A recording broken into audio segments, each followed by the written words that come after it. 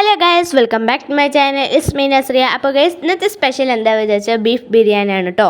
അപ്പോൾ അതിൻ്റെ ഇൻഗ്രീഡിയൻസ് ആണ് കേട്ടോ നിങ്ങൾ കാണുന്നത്.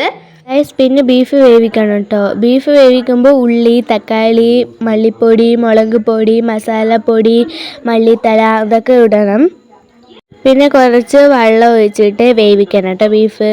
പിന്നെ ഗൈസ്, ആ പ്ലേറ്റിൽ എല്ലാം വേണം. തേരും വേണം. ബിരിയാണി അരിയാണ് കേട്ടോ ഇത്. പിന്നെ ഒരു നാരങ്ങയും ഉള്ളിയും, പിന്നെ ബിരിയാണി വെക്കുന്ന ചട്ടിയിൽ എണ്ണയും നെയ്യും പട്ട, ഗ്രാമ്പ്, ഏലക്ക അതിടാം. ബിരിയാണി വെക്കുന്ന ഇലയും കൂടി ഇടാം കേട്ടോ. അതിന് പേങ്കറിയില്ല, ഒന്ന് കമൻറ്റിൽ പറയാനേ.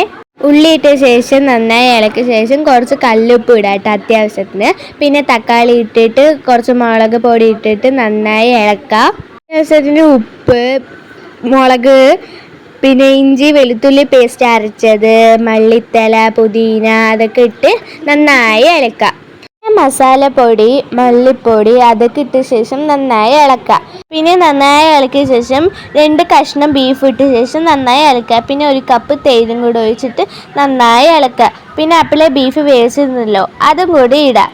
ബീഫ് നന്നായി ഇളക്കിയ ശേഷം പിന്നെ അടച്ചു വയ്ക്കുക. പിന്നെ അതിന് ശേഷം തുറന്ന് വെച്ച ശേഷം നന്നായി ഇളക്കുക. പിന്നെ ബീഫ് വേവിച്ച വെള്ളമാണ് കേട്ടോ, അത് കളയരുത്, ഇതേമാതിരി ഒഴിക്കുക. പിന്നെ വേറെ കുറച്ചും കൂടി വെള്ളം കൂടി അത് ഒഴിക്കുക. പിന്നെ നാരങ്ങ പിഴിഞ്ഞത്, പിന്നെയാണ് നമ്മുടെ ബിരിയാണി അരി ഇടേണ്ടത്. അത് നന്നായി ഒന്ന് ഇളക്കിയ ശേഷം വീണ്ടും അടച്ചു വയ്ക്കുക. അത് തുറന്നതിന് ശേഷം ഇതാ അപ്പോൾ അതാ നമ്മുടെ ബീഫ് ബിരിയാണി റെഡി ആയിട്ടുണ്ട്. അതിൻ്റെ ഒപ്പം സലാഡ് റെഡി ആയിട്ടുണ്ട് കേട്ടോ. അപ്പോൾ ഞങ്ങൾ ബീഫ് ബിരിയാണി കണ്ട് നിങ്ങൾ വീട്ടിൽ ട്രൈ ചെയ്ത് നോക്കുക. അപ്പോൾ ഈ ചാനൽ ഇഷ്ടപ്പെട്ടാൽ like, share, subscribe and comment. By.